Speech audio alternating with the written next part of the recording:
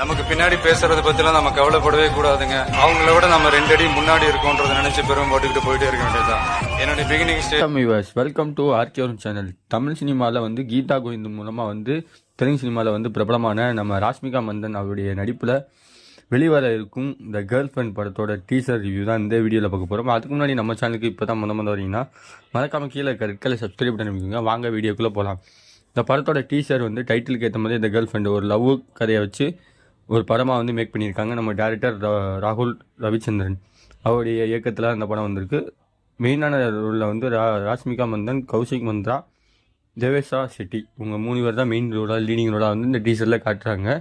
ஒரு காதல் வந்து எந்த அளவுக்குலாம் வந்து ஒரு பொண்ணையும் பையனையும் எந்த அளவுக்கு ஆட்டி படைக்கும், அதில் வந்து வேறு பிரச்சனையெல்லாம் வந்து எந்த அளவுக்கு இருக்கும், இம்பேக்ட் ஆகும், உணர்வுகள்லாம் வந்து எந்த அளவுக்கு 2 பேர் வந்து அஃபெக்ட் ஆவாங்க அப்படின்றத ஒரு சூப்பரான ஸ்டோரியில் வந்து கொண்டு வர காட்ட இந்த டீசரில் வந்து பார்த்தாலே தெரியுது. இந்த டீசர் வந்து ரன்னிங் டைம் வந்து 1.5 நிமிஷம் கிட்டத்தட்ட ரன்னிங் டைம் ஆகுது. இந்த டீசரில் வந்து சொன்னப்பட்ட கதைகள், வசனங்கள் இதெல்லாம் பார்க்கும்போது இது ஒன்றும் பிக்கப் லைன் இல்லையே, நான் வந்து இதுக்கெல்லாம் விழுந்துட மாட்டேன் அப்படின்ற மாதிரி ராஷ்மிகா பந்தன் பேசுகிற மாதிரி காட்சிகள்லாம் வச்சுருப்பாங்க.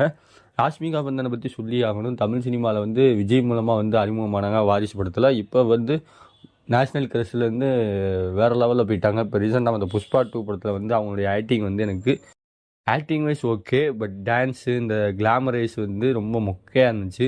இப்போ அப்படி பார்த்த பொண்ணை வந்து இப்படி பார்க்க வச்சிட்டாங்களே அப்படின்ற மாதிரி. மேபி தமிழ் சினிமாவில் வந்து வாரிசு படத்துலேயே வந்து அவங்க கொஞ்சம் கிளாமரை காட்டியிருப்பாங்க. கீதா கோவிந்தமில் காட்டின கிளாமர் வேறு, இதில் காட்டின கிளாமரே வேறு.